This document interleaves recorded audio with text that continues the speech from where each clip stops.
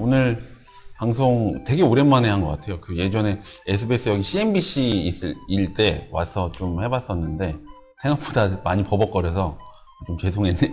오늘은 또 이렇게 방송을 또 촬영하다 보니까 또 이렇게 대본대로 이렇게 하다 보니까 이게 또 익숙치 않아서 조금 생소하고 또 재밌고 또 유익한 시간이었던 것 같습니다.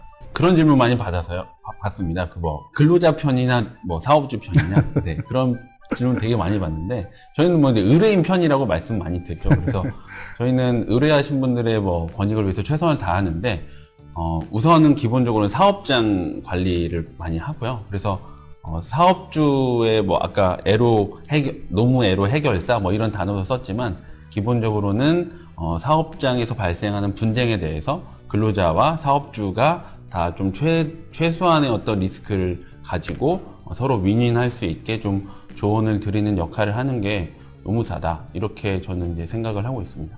네, 이제 방송에서도 말씀을 드렸었는데요. 청년 추가 고용 장려금이라는 게 있었습니다. 근데 이게 중간에 이제 없어지고 신규 신청을 더 이상 받지 않기 때문에 그 대안으로 나온 게 청년 채용 특별 장려금이라는 게 나왔거든요.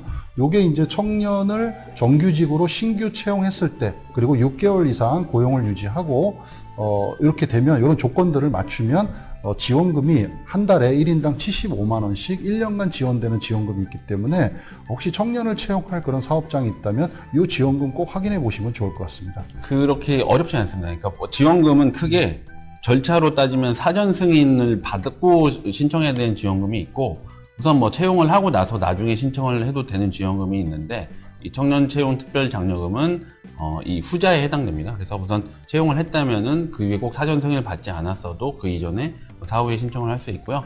신청하는 방법은 고용노동부 인터넷에 이렇게 신청을 해도 되고 그다음에 가까운 고용센터에 오프라인으로 그 서류를 제출해도 되는데 그 기본적인 서류는 월별 임금 대장하고 그다음에 그 청년을 채용한 그 근로자의 쓴 서명한 근로계약서가 기본적인 서류고 그 고용보험상의 근로자 숫자도 되게 지원과 관련해서는 중요한데 그 부분은 이제 센터에서 파악을 하니까요.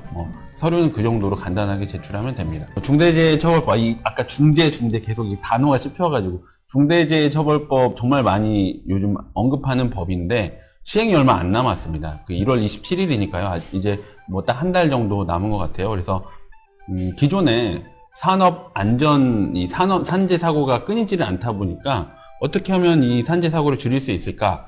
근데 기존에 산업안전보건법은 있었거든요. 그러다 보니까 기존에 이를 관장하는 법률은 있는데 왜 사고를 줄이지 않지? 이런 고민을 보다 보니 이제 결국에는 회사의 오너, 경영 책임자라고 하는 대표이사 이런 분들이 좀 더 관심을 가져야 되는 거 아니냐라는 인식을 갖게 됐고 그래서 산업안전보건법과는 별도로 중대재해처벌법이라는 걸 만든 거고요.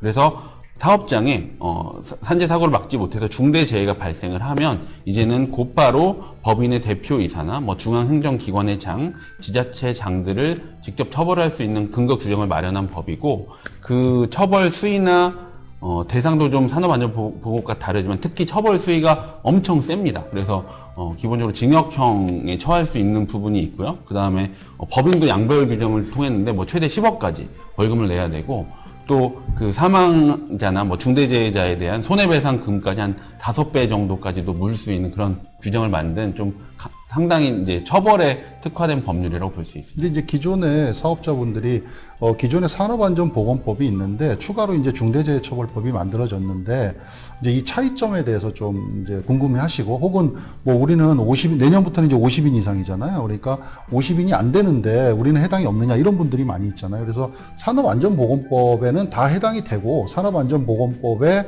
이제 우리 사업자들이 50인 미만이라도 중대재해가 발생하면 또 처벌을 받지 않습니까? 예, 산업안전보건법에도 중대재해가 있습니다. 그렇죠. 예. 근데 이제 중대재해처벌법이 처벌 규정이 좀 강화됐다. 이렇게 좀 생각하시면 될 것 같고요. 대부분 이 독립적인 회계 관리나 노무 관리나 이런 여러 가지 관리들을 잘 못하는 경우들이 많죠. 결국 본사에서 모든 걸 다 결제하고 결정한다면 노동부는 장소적으로 떨어져 있어도 결국 관리를 한 군데서 하면은 하나로 봐야 된다 이런 논리를 피고 있기 때문에 합산해야 되는 그 가능성이 훨씬 더 높습니다. 물론 구체적인 건 들여다봐야 되겠지만 그렇죠. 그래서 이제 검토가 필요한 거겠죠. 그러니까 이제 우리가 상시 근로자라는 게 이제 근로기준법에 준해서 이렇게 판단을 하게 되는데, 여러 가지 이제 나와 있는 것 자체가 종합적으로 판단하겠다 이렇게 돼 있기 때문에 딱 뭐 이거는 되고 안 되고가 아니라 좀 종합적으로 검토해서 판단을 해봐야 될 그런 여지가 좀 있다고 보십니다. 저희가 이제 최근에 이 뭐 정부 기관이나 공공기관이나 다 컨설팅들도 하고 있어요. 그때 가장 많이 물어보는 질문들이 꼭 이 외국계 회사나 뭐 이런 외국에 나가 있는 거 아니더라도 장소적으로 한국 내에서도 흩어져 있을 때 이걸 합산해야 되냐 말아야 되냐 이런 문제가 있고, 특히 이제 시행과도 문제가 되지만 이미 50인이 넘는다 했을 때 안전 전담 조직이나 뭐 안전 관리자를 줘야 되는 그 또 세부 규정들이 있거든요. 거기서 또 근로자 숫자를 판단하는 기준이 되게 많은데 계속해서 이제 이 이슈가 적용이 되는 거죠. 이걸 합산할 거냐 말 거냐. 그래서 노동부는 웬만하면 보수적으로 얘기를 이렇게 보라고 얘기를 하고 있어요. 그래서 웬만하면 합산하는 쪽으로 검토를 하시는 게 좀 안전하시다. 왜냐면 이게 우리는 적용 안 된다고 생각하고 있다가 문제가 터졌을 때 이게 검토를 해보니 이건 합산해야 되는 거네. 이러면 이제 문제가 생기는 거니까. 그러니까 아까도 말씀드렸던 부분인데, 뭐 올해는 50인 미만은 적용이 안 돼 이렇게 해서 아예 그냥 우리는 뭐 2년 뒤에 준비할 거야 이렇게 안 하셨으면 좋겠다는 거죠. 저희가 방송에서 말씀드렸지만 중대재해가 있습니다. 산업안전보건법에도. 그러니까 미리미리 준비를 하셔야 된다. 그리고 준비하는 기간이 좀 오래 걸린다. 단순하게 우리 사업주분들은 아마 그냥 서류 몇 개 준비하고 뭐 이렇게 구축해 놓으면 되는 거 아니야 이렇게 말씀하시는데, 그 준비하는 과정도 꽤 오래 걸리기 때문에 50인 미만이라도 미리미리 좀 대비를 하시는 게 좋을 것 같다. 뭐 이런 말씀을 좀 드리고 싶습니다. 중대재해처벌법에 대해서 제가 이제 상담을 많이 하다 보면 걱정들은 엄청 하시는데 이제 뭘 어디서부터 어떻게 해야 될지 모르겠다고 말씀 많이 하세요. 그러니까 그런 부분들은 좀 전문가 조언을 받아서 꼭 뭔가 뭐 컨설팅을 맡기지 않다 하더라도 우리가 이런 것들을 체크해야 되고 준비해야 되는구나. 그래서 그런 사항들을 좀 체크하시면 좋을 것 같고, 특히 이제 아까 말씀드렸던 상시 근로자 수 관련해서 우리 회사 자체가 적용이 되냐 안 되냐 그 부분부터 해결을 못 하시는 경우가 많거든요. 그래서 그 부분이나 앞으로 이제 뭐 안전관리자나 이런 보건관리자도 또 채용하게 되어 있거든요. 우리가 이런 사람들을 채용을 해야 되나? 그리고 기존의 어떤 그 우리 회사의 어떤 직원들의 롤을 안전관리 담당자를 지정을 해야 되는데 누구를 지정을 해야 되나, 이런 좀 세부적인 사항들에 대해서 좀 많이 체크를 미리 해주실 필요가 있어요. 그래서 이런 부분들에 대해서 상담을 좀 많이 받아보시라 이렇게 좀 추천드릴 수 있을 것 같습니다.